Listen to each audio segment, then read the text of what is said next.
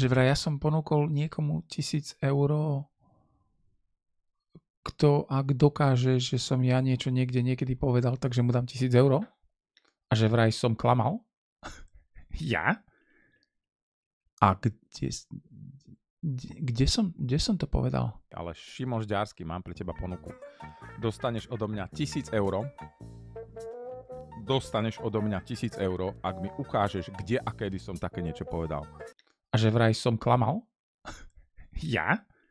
Pretože som to nikdy nepovedal. Je tá odporná, hnusná, upotená, tlstá, škaredá sviňa, krčmery. Ja neviem o ničom. Mne nikto nič nepísal. Mňa nikto nekontaktoval. Odo mňa nikto nič nepýtal. Nepísal ani nepýtal. Dostaneš odo mňa 1000 eur. Dostaneš odo mňa 1000 eur. Ty genio tupé. Ja som niekomu povedal nejak.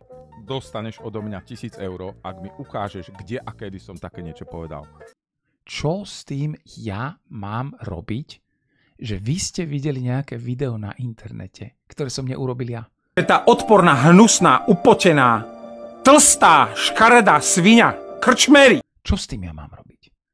Mám urobiť salto, alebo mám vám teraz rozrolovať červený koberec, alebo chcete hranolky s tatarkou a objatie? Dostaneš odo mňa 1000 eur. Čo s tým ja mám robiť? Lebo si môžete pozrieť homosexuálne scény. Mne nikto nepísal. Nikto nevolal. Nikto nič. Ani ťuk. A že vraj som klamal? Ja? Pretože som to nikdy nepovedal. Je tá odporná, hnusná, upotená, tlstá, škaredá sviňa, krčmery.